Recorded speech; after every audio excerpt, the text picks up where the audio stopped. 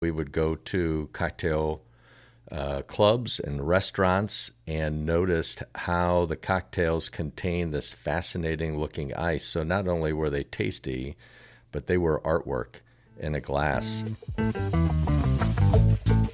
Hey everybody, welcome to the Decoding Cocktails podcast.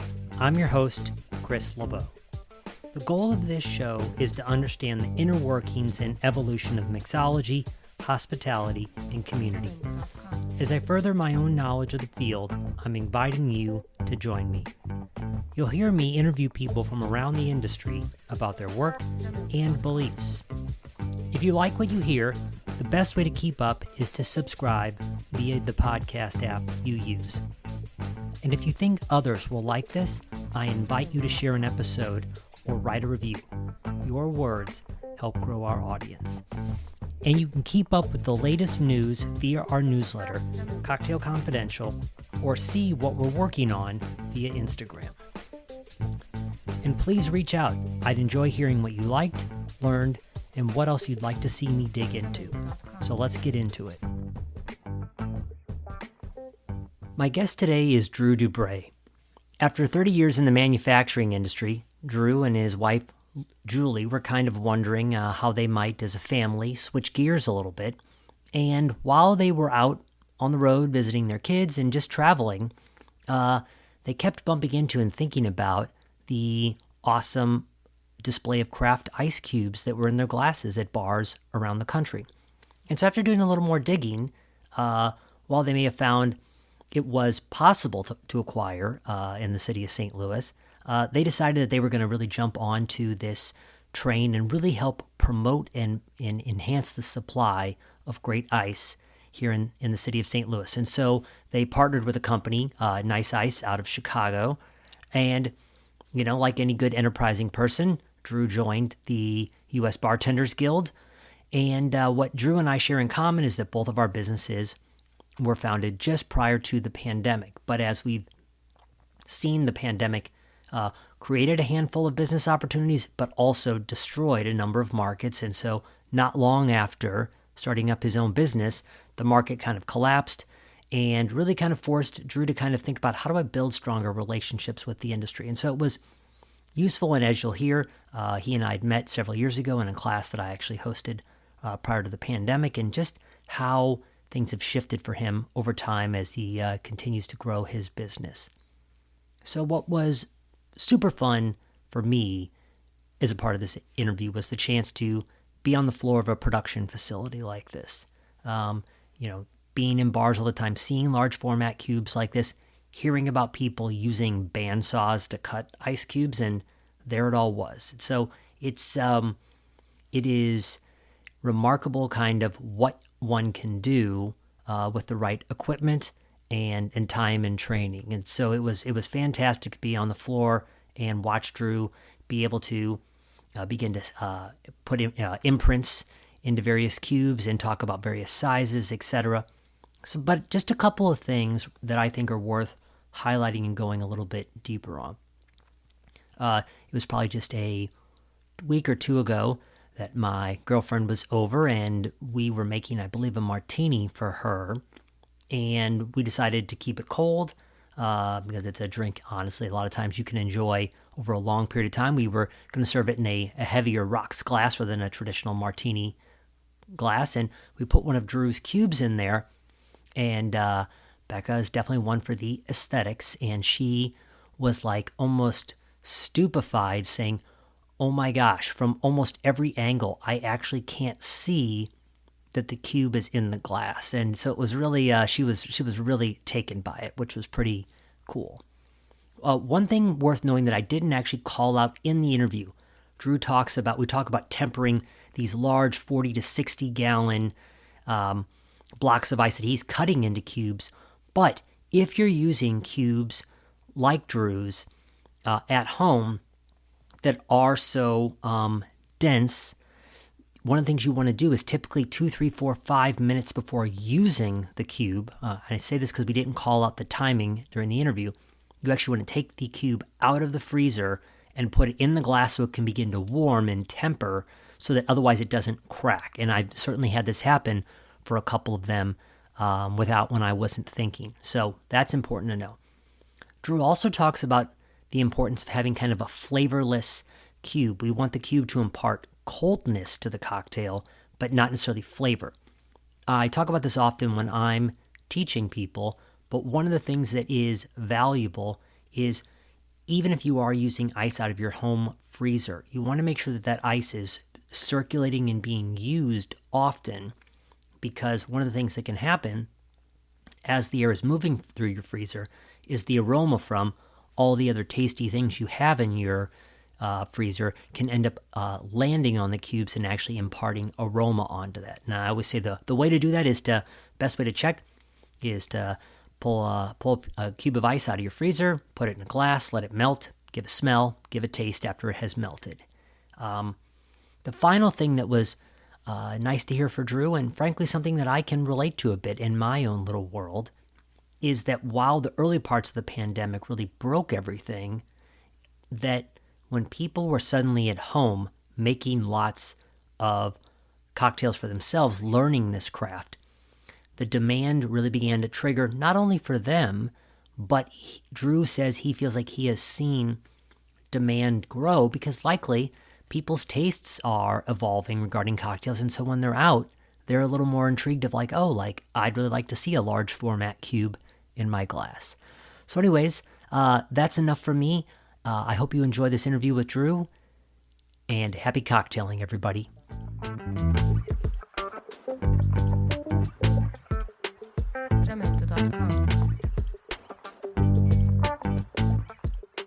So, Drew, welcome to the show, and thanks for taking some time this morning. I appreciate it. Thank you, Chris.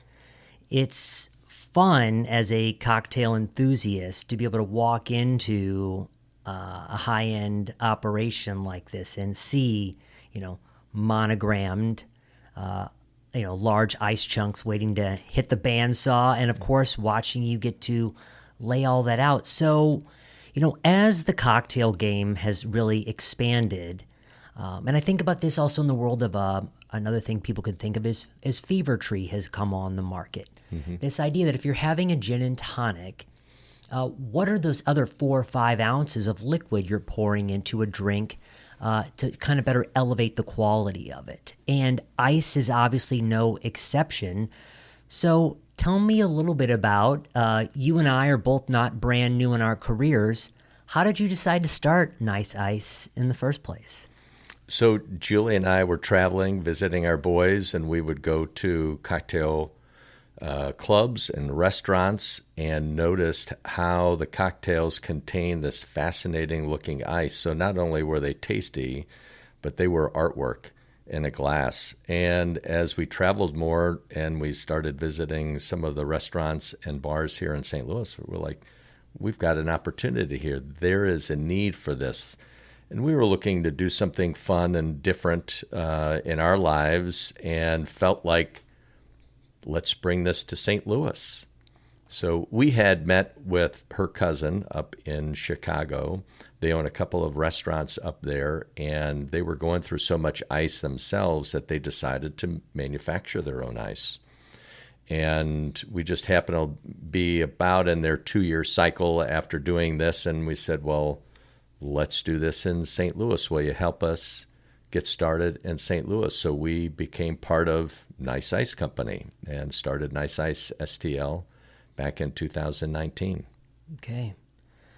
So one of the things that I feel like maybe is a good place to start for the average listener out there, you and I and Julie actually met not long before COVID changed all of our lives in ways that have been challenging and interesting, all rolled into one. But we met at a cocktail class at the Wine and Cheese place here in St. Louis. And being no stranger to cocktails, I, try to pride myself in using good ice at home.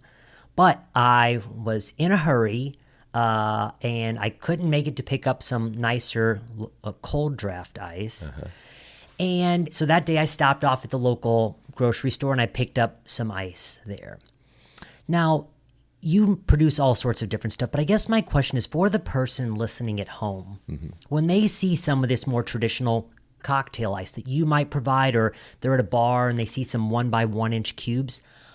Drew, how should they think about the difference of that kind of ice versus what they might be purchasing at a grocery store in terms of how it's going to perform in a cocktail? What's the difference between grocery store ice and more cocktail grade ice? Well, we all have the same ingredient, water. However, the ice that Nice Ice is making, the density it's so clear, number one, and then it's so dense that it's not going to dilute your drink. So, for us, I look at it as two purposes. One's you're going to have that cocktail flavor, whatever the bartender has mixed for you, from the first sip to the last sip, it's going to be pretty consistent because you have now used a ice cube that is not going to melt as quickly as what you might buy in the grocery store. Or even when you're at home and you're grabbing a couple of cubes out of your own ice cube tray, those are going to melt probably twice as fast as what you would get out of a Nice ice cube. So the second thing is aesthetics. When you're paying, over $10 for a cocktail, not only do you want a great tasting cocktail, but you want it to look like you just paid $10 for it. And it adds to the aesthetic and the appeal of that cocktail and the presentation. So we have some customers who are putting in their stamp or their logo inside of it to help with their brand. And I think the ooh and ah factor, not only from the taste, but from the appearance, really helps elevate that cocktail and helps provide that cocktail or restaurant a much better brand. Mm-hmm. Yeah, there's the saying or the study out there that I think many people have heard where when your whiskey is in a glass that is heavier, it tastes better, And so, yeah, to think that, this is in part preserving the integrity of the drink as the bartender intends it, but also, there's an emotional characteristic to that makes you feel like that's really kind of like worthwhile. And so, yeah, that makes sense. So, a pandemic aside, because I'm sure we could write a business case on that alone, what have you learned so far in terms of when you think about getting started? There's all sorts of upstarts here, but what have you learned in terms of how to better market this and run this business? What have you learned over the past couple of years in terms of operating an ice business? So when we first got started in 2019, I thought it was going to be a slam dunk. I thought, once I brought in some samples into the restaurant, that they're going to be, oh my gosh, I've been looking for this all the time. Yes, let's get it. And it was a lot more challenging than I had anticipated. I got a lot of no thank you, not at this time. There were several cocktail bars that have got great reputations who embraced it. But I think it was a budget. People were constrained, especially then during COVID. They're like, hey, I'm limited in how many people are coming in the restaurant. This is an added cost for my bar. Is this something that I want to do? And talking with them through the hurdles, I could understand what they were going through. I came from an operations background myself, so I understood managing your margins. Some restaurants or bars just add and incorporate that into their cocktail program, so they raise the prices on their drinks. Some people want to do that, some don't. Others make it an option. So if you would like a single cube, there's an adder for it, so that the risk is lowered. But it's still a process of getting the general manager or maybe the beverage manager to understand how they could minimize that risk and take it on. Coming out of COVID, I think we talked about this a little earlier before the program, people were at home making cocktails. And then once they got their shot and once they started getting out, they were looking for this. And in the last 6 months, I've had more people calling me to incorporate this into their cocktail program, which has made it easier. I'm still going out and making sales, but it has been nice that people are realizing that this can help differentiate them from another restaurant or bar, and that their customers are seeking this and that they want to be able to fulfill their customer demands. That is really interesting from like a more like a latent demand cycle because, yeah, I mean, I'm sitting here in part because COVID had people call me learning to want to know how to make drinks at home. But then, whether they've been dabbling in larger format ice or just sticking their nose in all sorts of recipes, when they go out to a bar, oh, I'm surprised you don't have XYZ or whatever. Or they see, as it does, like, you know, Instagram and other thing driving traffic, like whose drinks are getting photographed, right? And I remember not too far from where we sit today, over at Fraser's Good Eats, I remember them talking to me so much of like, they're like, one of the drinks on the menu, the bartender said, we serve it this way because it presents better on Instagram that way. And yeah, for them to kind of be perhaps ask or see that trend, I'm sure can help influence that in that regard. Yes. Interesting. So right now outside we have these what are called larger Kleinbell machines right here. And so for really, you know, invested cocktail bars, they might have these equipment, but frankly, that takes up a pretty decent amount of square footage out there. But you are freezing large blocks of ice at the same time. One, you know, so in this large device, I'm going to have to put some pictures online so people can get a visual of it. There are two chambers, it looks like, in this Kleinbell. But, Drew, in one of those chambers, how much water or ice yield are we talking about? And how long does that take to freeze in the first place? So each vessel is about 40 gallons and takes about 3 days for it to fully freeze. And you're keeping it circulated. One of the neat things using the Kleinbell, an analogy that I use for people is it's like an icicle. So when you think of, well, how can you get it so clear? An icicle that you see in the wintertime, when water is dripping over it, it's adding another layer. It's adding another layer, and it's doing it layer by layer by layer by layer, and that's how it stays so crystal clear as it continues to grow. In the Kleinbell process, we're circulating that water, and it is freezing from the bottom up, so that's directional freezing. That's one thing that's different for when people might try to do this at home. They're trying to freeze a ice cube tray, and it's freezing from all sides in, so it traps the air and any impurities that might exist in their water. Where in the Kleinbell, it is all rotating and circulating and growing from the bottom up. So any impurities or any air bubbles that might exist all rise to the surface, and that I can easily melt off or cut off as I'm starting to cut the sides of the cubes that the customers need. So was not necessarily as intricately familiar with the chemistry behind how this is happening. And yeah, I have some larger format, you know, cube molds at home, and they do wonders for certainly preserving a drink, you know, in terms of keeping it cold. However, yeah, there is certainly that lack of clarity compared to that. And I didn't think about it from a circulating standpoint in that regard. Okay, that's interesting. Yeah.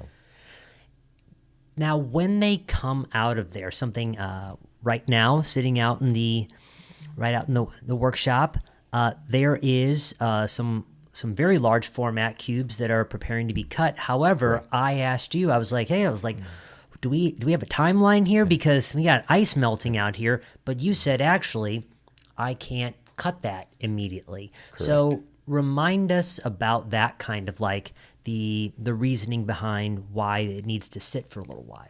So it's so cold when it comes out of the Kleinbell that it needs to acclimate before it can start getting worked.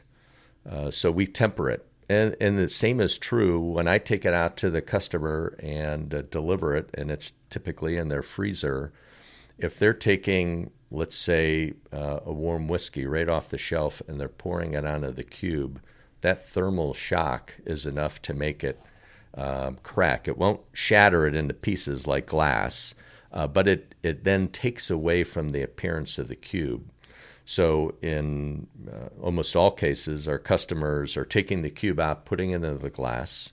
They're mixing up in their Boston shaker the rest of the cocktail, and it's being chilled down with some ice. Perhaps they're using chipped ice, or they might be doing the cold draft ice, and then they're pouring that cold liquid onto the ice cube in the glass. So then that keeps it crystal clear. So that thermal shock can happen in the bar. It can happen here in my shop.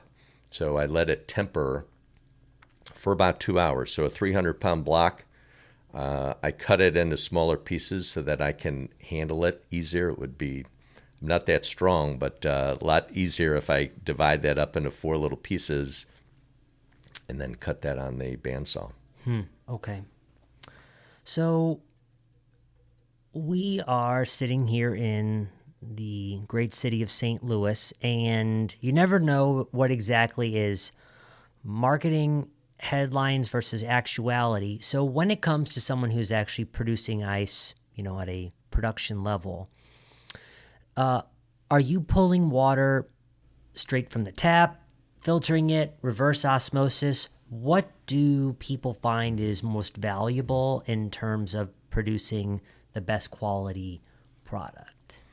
So we're fortunate here in St. Louis to have some of the best water available, even compared to Chicago.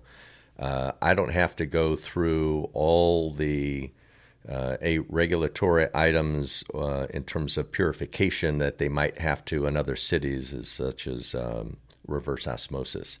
I do filter the water as it comes in. I've got a heavy-duty filter. It would be one that manufacturing company would use, but that's all. I don't need to do any reverse osmosis. It cleans the water well enough, and there is virtually no taste when you melt that. When you put that ice cube in a glass of water, you could drink it. There's no flavor at all to it, which is something that when we try to do it at home, depending upon how much calcium we may have in our water, you can taste a different flavor. And you may, even on a farm or different cities that don't have as good of water as St. Louis does, you can taste a difference in that water, where we're fortunate not to have that here in St. Louis. Okay, got it. Yeah, it's one of the things, and it comes back to the fever tree analogy earlier, is, a lot of times it's more a question when you're cooking, or in a lot of things, it's more a question of what's pulling the quality of a thing down. And if you're using great gin and very average tonic water, it doesn't mean you'll have a bad gin and tonic, but you are pulling on that. And so it's a question of how much work do people need to do. And I see competing suggestions on that, but part of it's going to depend on what kind of quality tap water you're starting out in the first place.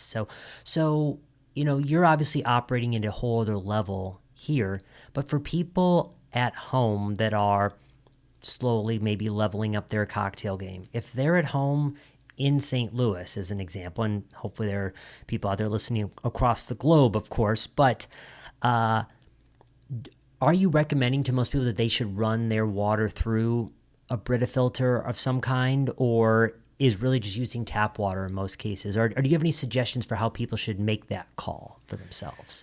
I think part of it is flavor.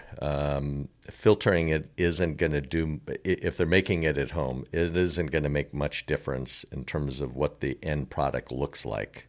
So it's going to comes down to flavor. So if they've got well water, they may want to filter it in order to minimize some of the minerals that are in there, but they'll still end up with cloudy cubes. Yes, in right. the end. So the cloudy cube is probably going to be a thing that people are going to have to go through a lot of work for. But in terms of at least not impacting flavor, unless they're really getting a very distinct taste off the tap, then likely filtering might not be necessary. It's just to know that without the proper circulation. They're not going to end up with gorgeous clear cubes like you've got going on there. Correct. Okay.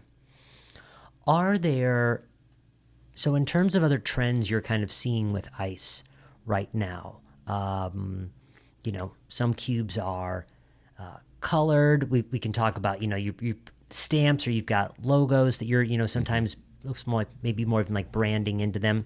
Mm-hmm. Are there interesting trends that you think are happening with ice right now that you're seeing picked up more, or you're excited to experiment with more as the business grows? Some of my customers have tried some different things. Takashima, for instance, had a hibiscus cube. So they were making a special mixture of hibiscus and basil and other ingredients, and I was freezing that for them and then cutting that into the specific size that they needed for their glassware. So I follow all the rules with the FDA. I'm visited by the health inspector, so I go through all these regulations.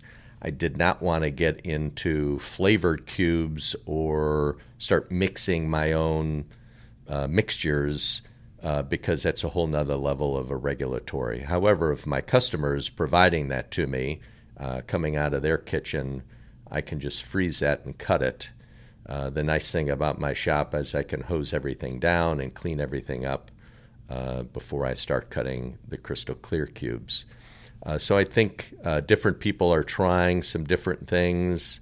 I think as people rotate their cocktail menu from spring to summer to fall to winter, they're looking to do something different than what they had perhaps in the previous season. So some have gone to stamping. Some have come up with a signature cocktail where maybe they want to have a logo inside of it. Casa Don Alfonso, for instance, is switching that up to a unique one that has their logo inside. Blood and Sand has been a longtime customer of mine. They've got their company logo inside. And one of the things that they recently did with Angel's Envy, for one of their signature dinners, they had Angel's Envy on one side of the cube and Blood and Sand on the opposite side. So it was a co-branded dinner cocktail that they put together. So on the floor, Drew, I saw two different things. I saw one actually printed paper or some kind of material stamps that could just be laid on the ice as it's freezing. But then you also have some metal stamps. Now, are those heated and then pressed into? So it looks like you kind of have two different ways you can bring imagery. Correct. So tell us about both of those ways right there. So there's branding, which is just like you would anticipate or hear of somebody being brand. It's from the outside in, and that is typically a heated brass stamp. That is food-grade quality brass. For a small quantity, I'm just using warm water. For a larger quantity, I actually have a heated tool that allows me to get more. So St. Louis Club, for instance, is buying several hundred at a time. For me to keep going and dipping that into the hot water for that quantity would be very laborious. So I've got a heating element that I'll use for that. For the inserts, when people are like, well, how did you get that inside that ice cube? You could cut two ice cubes, lay it in between, and then try to get the ice cubes to freeze together. But you'll notice the seam, and it won't be as clear where it's remelted, where it's fused those two together. So ideally, doing it during that process of directional freezing allows us to be able to get that insert that imagery into the cube, and then I can cut it to the size that I need, whether it's a 2-inch cube or a hospitality size, which is a little bit smaller. It's funny being able to see the magic behind it. Right as we were getting set up, I came up to let you know I was ready, and there you were with your long rubber gloves on in there, just slipping the stickers in, and they're just resting now on the ice, and I'm sure pretty soon a layer or two will be on top of them, and they will be caked right into the ice right there. Yes. That was pretty cool. Yeah. Ideally, the cocktail bar would love to have something that they could, when they're discarding the cocktail, when the customer is done and they put it into their sink, they'd like not to have to fish out, the straw and the cherry or the insert. And I've attempted on a couple of occasions to try potato paper, rice paper, but as soon as it hits the water, it starts to dissolve. Okay. So I keep searching for something that will allow the bartender to be able to have it kind of biodegrade on its own in the sink, so they don't have to go and fish that out. But haven't gotten there yet. Mm-hmm. So I never like to say what is your favorite, because that's hard. But what are a couple of drinks you enjoy making it home or ordering when you're out? What are a couple of your guys' go-tos in this regard? So I think a whiskey sour is probably a good go-to. We enjoyed that, learning from your class. And during COVID, we went through so many lemons because previously we had been buying just the big bottle of lemon juice and realized the difference in flavor profile of having a fresh lemon in there. So, man, we went through, I don't know how many tons of lemons. So we've got an ice snob and a lemon snob now. Oh, my gosh. And then a paper plane has always been our go-to. I think whenever we would have family in town, that's kind of my signature drink that people would say, hey, I hear you've got a great paper plane. You can't serve a lot of those because it contains so much alcohol, but the nice thing about that is the recipe is easy. It's all equal parts. And Drew, it's I think a standard kind of last word template. So it's 3/4 ounces everything, and it's bourbon, Aperol, Averna, and lemon. Is that right? Do you know offhand? And if you don't know, this isn't meant to be a trivia challenge. Sorry. Averno is an Amaro. Yes, correct. Yes, correct. Yeah, all right, yeah, an Amaro. Yeah. Sometimes in my head it's like, okay, which template am I reaching for there? But not overwhelming because it's all equal parts. Mm-hmm. And people either, haven't had it, or it's certainly special because it requires a little more work. So that's cool. Okay. Well, great. Anything else we haven't covered today you want to talk about regarding ice? Not that I can think about. There's a growing cocktail scene. In my opinion, there's a growing cocktail scene here in St. Louis. I think Planter's House really set the table years ago, and continues to do a fantastic job. Fortunately, they're a customer of mine, and Blood and Sand has been another great cocktail place that is always changing up their cocktail menu. So to me, keeping it fresh is what gets people to come back. And you have your go-tos, like I mentioned at home. Those will be two of our go-tos, but we'll experiment when we go out just to try a gin drink or a rum drink, just to get the flavors and to see the craftsmanship of the bartender at work making that cocktail for you. Terrific. Drew, if people want to keep up with this chilling journey that you're on right here or learn more, how should they connect on social or reach out? What's the best way? So we're on Instagram. I'm not that Instagram savvy, but when my son's in town or Julie's working with me, we'll take some pictures and we'll get those posted out there. Go around town and ask, do you have any nice ice? Do you have a single cube? And we've got a website that you can go to, and you can reach out to me if you're interested in something for a party or an event that might be coming up in the near future, and be glad to talk to anybody who gives me a call and wants to learn more. Perfect. And that's niceicestl.com, right? Correct. Okay, perfect. Well, thanks for taking a little time today. I really appreciate it, and I'm sure people will enjoy hearing more about kind of the evolving cocktail scene. Thank you, Chris. You bet. Enjoyed it. Hey, everybody. Thanks for listening. If you liked the interview, the transcript and show notes are located at decodingcocktails.com/podcast. The Decoding Cocktails podcast is produced by Chris Bay and myself, Chris LeBeau. Subscribe to avoid missing an episode, and if you think this is good stuff, share it with a friend or review us on your listening platform. And check out our newsletter, Cocktail Confidential.